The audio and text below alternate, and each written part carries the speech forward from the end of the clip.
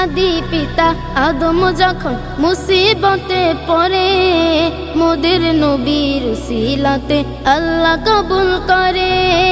আদি পিতা আদম যখন মুসিবতে পড়ে, মোদের নবীর উসিলাতে আল্লাহ কবুল করে।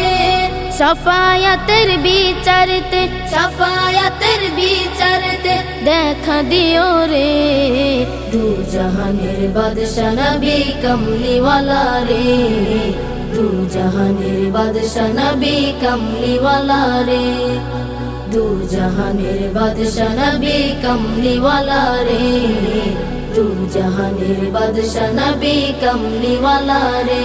আমার মনের ঘরেতে রেখেছি যারে, দু জাহানের বাদশা নবী কমলিওয়ালা রে, দু জাহানের বাদশা নবী।